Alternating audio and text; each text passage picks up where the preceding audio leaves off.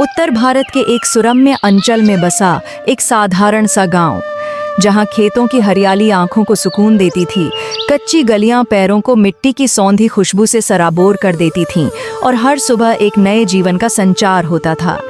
यहाँ के लोग सीधे सादे, ईश्वर भक्त और दिलों से जुड़े हुए थे।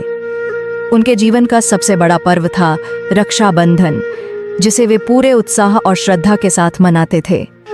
सावन की पूर्णिमा को बहनें अपने भाइयों की कलाई पर प्यार का धागा बांधती थीं और भाई बदले में उन्हें जीवन भर रक्षा का अटल वचन देते थे।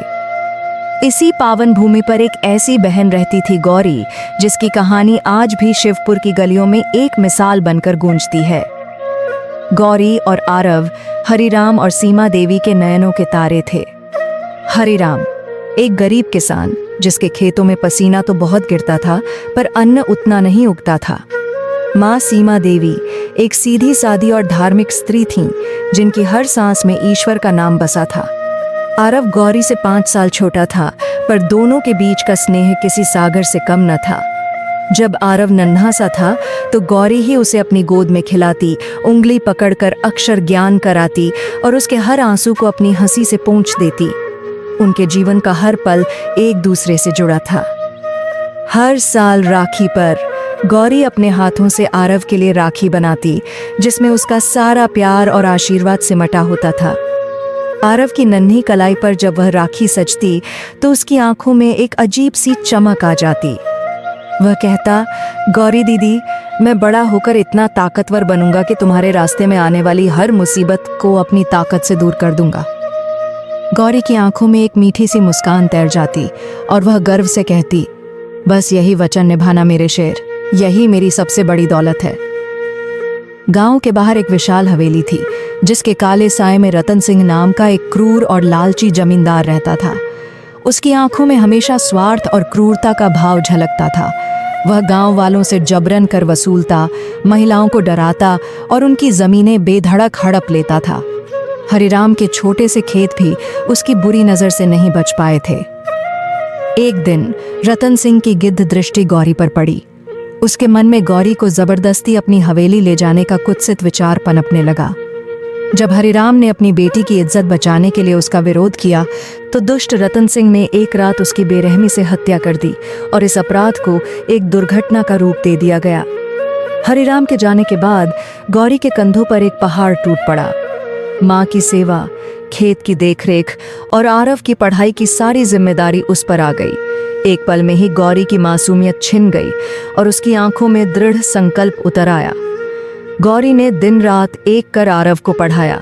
उसकी लगन और मेहनत को देखकर गांव के दीपक बाबू ने भी मदद का हाथ बढ़ाया। आरव पढ़ाई में होशियार था और उसकी मेहनत रंग लाई। उसे प्रतापगढ़ विश्वविद्यालय में स्कॉलरशिप मिल गई।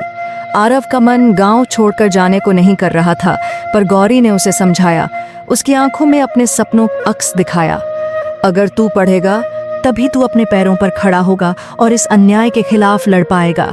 मेरी राखी का असली मतलब तभी होगा जब तू न्याय का सच्चा रक्षक बनेगा। गौरी के इन शब्दों में केवल उपदेश नहीं, बल्कि एक बहन का अटूट विश्वास और एक माँ का ममत्व छिपा था। जब आरव शहर गया तो गौरी ने एक मौन प्रतिज्ञा ली, जब तक मेरे भाई का सपना पूरा नहीं होगा, जब तक वह न्याय का रक्षक नहीं बनेगा, मैं न तो नई चूड़ियां पहनूंगी, न कोई नया कपड़ा और न ही राखी पर मिठाई खाऊंगी। उसने खुद को त्याग और सेवा की अग्नि में झोंक दिया। माँ बीमार थीं, खेत पर खतरे के बादल मंडरा रहे थे और गांव वालों की हालत बदतर होती जा रही थी, पर गौरी कभी डरी नहीं। उसकी आंखों में हमेशा एक लौ जलती रही, आरव के भविष्य की लौ। प्रतापगढ़ शहर में आरव की पढ़ाई आसान नहीं थी। उसे जातिवाद, भ्रष्टाचार और राजनीति के जटिल जाल से गुजरना पड़ा। हर मुश्किल घड़ी में उसे अपनी दीदी की दी हुई राखी याद आती। वह अपने हॉस्टल के कमरे में हर राखी पर दीदी की राखी को सीने से लगाकर सोता, मानो वह राखी ही उसकी ढाल और प्रेरणा हो। एक बार परीक्षा के समय उसे झूठ बोलकर पास होने का अवसर मिला, पर उसने अपनी दीदी के दिए हुए संस्कारों को नहीं भूला। उसने उस अवसर को ठुकरा दिया क्योंकि उसकी दीदी ने उसे सच्चाई और धर्म का पाठ पढ़ाया था। समय गुजरता गया और गौरी की माँ की तबीयत बिगड़ती गई। दवाइयों के लिए पैसे नहीं थे। रतन सिंह ने आखिरी खेत भी हथिया लिया, मानो उनके जीवन का अंतिम सहारा भी छीन लिया हो। मां की मृत्यु के बाद शिवपुर में गौरी अकेली रह गई। उसके पास अब न खेत था न घर, बस आरव की यादें थीं, उसकी पुरानी राखियां थीं और उसकी वर्षों की तपस्या। उसकी आंखों में आंसू नहीं थे, बल्कि एक अटल संकल्प था। 5 साल बाद आरव एक युवा IPS अधिकारी बनकर लौटा। उसकी पहली पोस्टिंग प्रतापगढ़ जिले में। जब आरव अपने गांव शिवपुर पहुंचा तो गांव वाले उसे देखकर खुशी से झूम उठे। गौरी उसे देखकर भाव विभोर हो गई। उसकी आंखों से खुशी के अश्रु बह निकले, पर फिर वह शांत होकर बोली, क्या अब तू मेरी राखी का वचन निभाएगा आरव? आरव की आंखों में भी आंसू थे। वह समझ गया था कि उसकी दीदी ने कितनी तपस्या की है। आरव ने सबसे पहले रतन सिंह के खिलाफ कानूनी कार्यवाही शुरू की। उसकी ईमानदारी और निष्ठा ने जल्द ही परिणाम दिखाए। जांच हुई, पुख्ता सबूत मिले और गांव वालों ने वर्षों बाद अपनी आवाज उठाई, गवाही दी। रतन सिंह को गिरफ्तार कर लिया गया और उसकी सारी जमीन गांव को लौटा दी गई। गौरी का खेत, उसका घर और वर्षों का अपमान, सबका न्याय मिला। शिवपुर में न्याय का सूरज फिर से चमका। उस साल रक्षाबंधन आया। गौरी ने 6 साल बाद नई चूड़ियां पहनी, पीला सूट पहना और अपनी पुरानी राखियों के बदले एक नई राखी आरव की कलाई पर बांधी। उस राखी में केवल धागा नहीं था, बल्कि एक बहन का वर्षों का इंतजार, उसका अटूट प्रेम और उसकी तपस्या का सार था।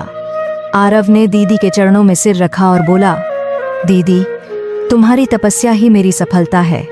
मैं जीवन भर तुम्हारी रक्षा करूंगा। शिवपुर में उस दिन ढोल बजे, मिठाइयां बंटी और हर घर में राखी की सच्ची भावना जागी। यह सिर्फ एक त्योहार नहीं था, यह न्याय की जीत का जश्न था, भाई बहन के पवित्र रिश्ते का पुनरुत्थान था। शिवपुर में आज भी जब राखी आती है, लोग गौरी की मिसाल देते हैं। उसके त्याग, उसके प्रेम और उसकी वचनबद्धता ने यह सिखाया कि राखी केवल धागा नहीं होती, यह विश्वास, प्रेम और आत्मबल का प्रतीक होती है। क्या आप गौरी के अटूट विश्वास से जुड़ी कोई और कहानी सुनना चाहेंगे?